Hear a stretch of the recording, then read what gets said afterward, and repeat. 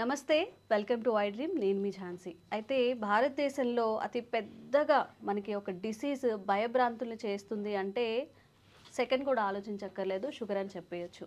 అంటే ఇప్పుడు 30స్లో ఉన్న వాళ్ళకి కూడా ఎక్కువ ఎఫెక్ట్ అవుతున్నారు. కరోనా వల్ల కొంతమందికి ఆల్రెడీ షుగర్ వచ్చింది, అది వచ్చినట్టు తెలియట్లేదు, ఇన్బిల్ట్గా చాలా డ్యామేజ్ జరుగుతుంది అని చెప్తున్నారు. మరి షుగర్ ఎందుకు వస్తుంది? మన లైఫ్ స్టైల్ చేంజెస్ చేసుకుంటే దాన్ని కంట్రోల్ చేసుకోగలమా, లేకపోతే మన పేరెంట్స్ నుంచి వస్తుందా, మన లైఫ్ స్టైల్ నుంచి వస్తుందా?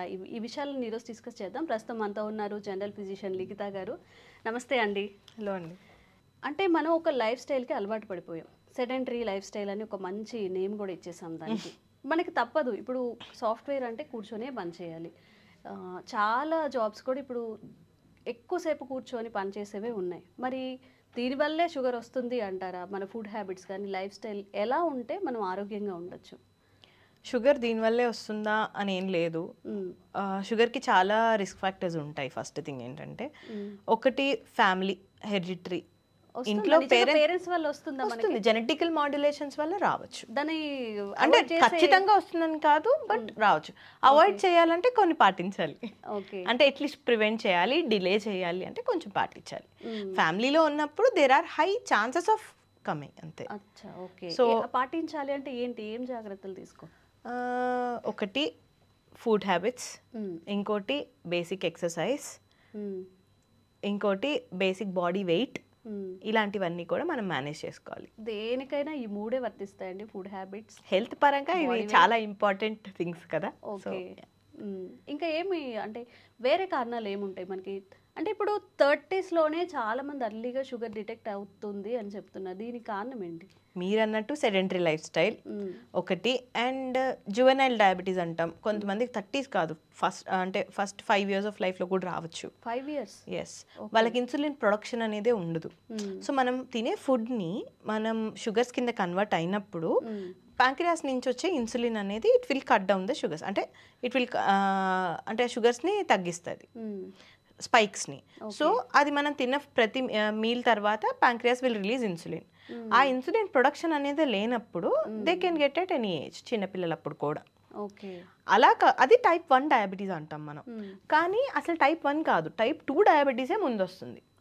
టైప్ 2 డయాబెటీస్ అంటే ఏంటంటే ఇన్సులిన్ ప్రొడక్షన్ ఉంటుంది కానీ సఫిషియెంట్ ఉండదు. ఓకే. సో అది ఎందుకు? ఇలానే సేమ్ ఫిజికల్ యాక్టివిటీ లేకపోవడం, సెడెంటరీ లైఫ్ స్టైల్. తింటాము, తిన్నది అరగాలి కదా, అది షుగర్స్ కింద కన్వర్ట్ అవుతుంది. షుగర్స్ కింద కన్వర్ట్ అయినప్పుడు దాన్ని బర్న్ చేస్తేనే, క్యాలరీస్ బర్న్ చేస్తేనే అండ్ ఆ ఎనర్జీ అనేది యూజ్ అవుతుంది. అది అది అది చేయట్లేదు ఎవ్వరం, కూర్చున్న చోట నుంచి కదలట్లేదు. అఫ్ కోర్స్ సాఫ్ట్వేర్ అంటారు, they going out, they're having dinners, they're having parties, అన్నీ చేస్తున్నారు. అలానే ఎక్సర్సైజ్ కూడా చేయొచ్చు కదా. సో వాళ్ళ షెడ్యూల్లో ఒక పార్ట్ లాగా పెట్టుకోవాలి. ఓకే. లేదు ఆఫీస్లో కూర్చున్నప్పుడు అంతసేపు మేము వర్క్ చేస్తాం, every half an hour 40 minutes just get up, ఒక రౌండ్ వేసి రండి. Your metabolism will be active when you're moving. Okay. అదొక బేసిక్ థింగ్, అది ఎవరైనా చేయొచ్చు.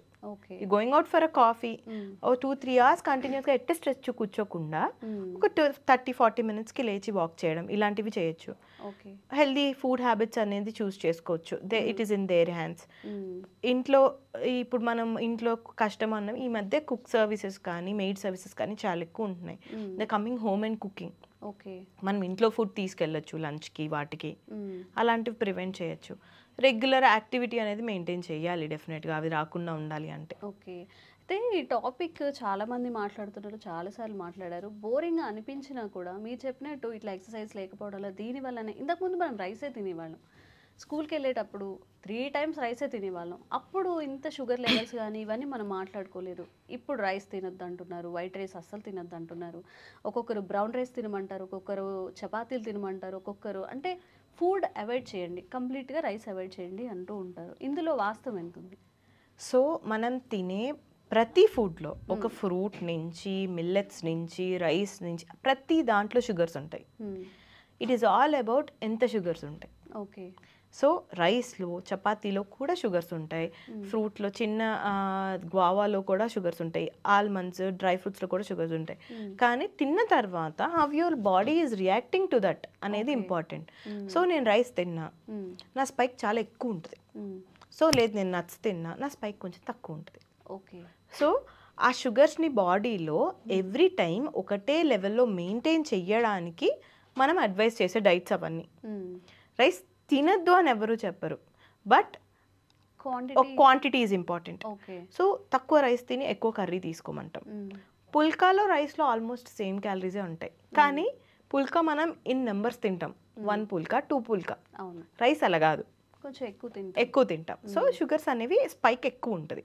ఓకే. అందుకని we advise them not to eat rice. అది కూడా కంప్లీట్గా అవాయిడ్ చేయమనం.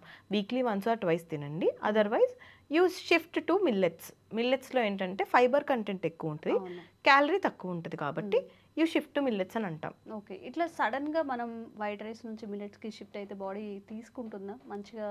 న్యూట్రిషన్స్ కానీ అవన్నీ ఇంటెక్ అవుతుందా? కొంతమంది పీపుల్ దే కెన్ యాక్సెప్ట్, కొంతమందికి ఏంటంటే ఫైబర్ ఎక్కువ అవడం వల్ల మాకు ఇబ్బంది అవుతుంది, ఇంకా లావ్ అయిపోయామని చెప్తూ ఉంటారు. కొంతమంది చపాతీలు తింటాం మేము లావ్ అయిపోయాం, లేకపోతే ఇట్లా క్వాంటిటీ అగైన్. ఓకే.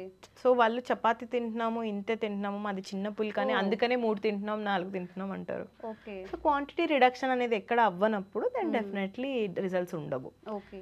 ఫ్రూట్స్ అన్నీ తీసుకోవచ్చా షుగర్ పేషెంట్స్? అంటే ఏవి అవాయిడ్ చేస్తే మంచిది అంటారు? సేమ్ థింగ్ అండి, ఫ్రూట్స్ అవాయిడ్ చేయమని ఏ డాక్టర్ చెప్పరు, కానీ దాంట్లో కూడా చూసింగ్ ఫ్రూట్ ఈజ్ ఇంపార్టెంట్. ఇప్పుడు మీకు మ్యాంగో ఎంత హెల్దీనో అన్ని హై క్యాలరీస్ ఉంటాయి, బనానా కూడా ఎంత హెల్దీనో అన్ని క్యాలరీస్ ఉంటాయి. సో ఇప్పుడు నేను ఒక డిన్నర్ చేశాను, ఒక హాఫ్ మ్యాంగోలో మీరు డిన్నర్ చేసే క్యాలరీస్ ఉంటాయి. అలా అని మనం హాఫ్ మ్యాంగోతో ఆపం, లంచ్ చేసి దాని తర్వాత మ్యాంగో తింటాం. So it's doubling the calories అక్కడ అగైన్. దానివల్ల మీకు షుగర్ స్పైక్ అనేది చాలా ఎక్కువ అవుతుంది. అలాంటప్పుడు we try to avoid them. ఏంటంటే బ్రేక్ఫాస్ట్కి లంచ్కి మధ్యలో గ్యాప్లో, అంటే ఒక 11 o'clock 11:30కి అలాగా ఏదైనా ఒక ఫ్రూట్ తీసుకోమండము. ఈవినింగ్ మళ్ళీ లంచ్కి డిన్నర్కి మధ్యలో గ్యాప్లో, అంటే స్పైక్ సడన్గా అవ్వకుండా మెయింటైన్ చేయడానికి we advise fruits. Okay. We have to eat divided meals తినాలి. అంటే ఏవైనా తినొచ్చు, క్వాంటిటీ మ్యాటర్స్. అండ్ ఇంకోటి ఏంటంటే డివైడెడ్ టైం, ఒక్కటేసారి ఎక్కువ తినకుండా మీరు లంచ్ కొంచెం తిని తర్వాత 2-3 hours మళ్ళీ you can have a snack or fruit ఏదన్నా. Divided meals they can have. Okay. Dry fruits కూడా అన్ని తినేయచ్చు షుగర్ ఉన్న వాళ్ళు అంటున్నారు, అందులో ఏమైనా ఎగ్జెప్షన్స్ ఏమైనా ఉన్నాయా? అగైన్ అది కూడా ఏంటి అంటే ఒకటేసారి డ్రై ఫ్రూట్స్ తింటాం. ఇప్పుడు నేను డేట్స్ తినచ్చు అని చెప్తా, 5-6 dates తింటారు, అలా కాకుండా 1 or 2 they can have. Okay. Quantity matters again, దానిలో కూడా షుగర్స్ ఉంటాయి. సో క్వాంటిటీ తక్కువ తీసుకుంటే ఎనీథింగ్ ఈజ్ ఫైన్. ఓకే. ప్రతి డిసీజ్కి కూడా మనం కూర్చోవడం, ఎక్సర్సైజ్ లేకపోవడం, ప్రాపర్ ఫుడ్ తీసుకోకపోవడం దీనివల్లే వస్తుందండి. అండ్ ఆల్సో స్ట్రెస్, మనకి తెలిసిన విషయాలు అయినా కానీ ఎందుకో పాటించము. కొంచెం మన హెల్త్ మీద శ్రద్ధ తీసుకుంటే లాంగ్ టైం ఎలాగో వస్తుంది, మనం ఎంత జాగ్రత్తగా ఉన్నా వస్తుంది.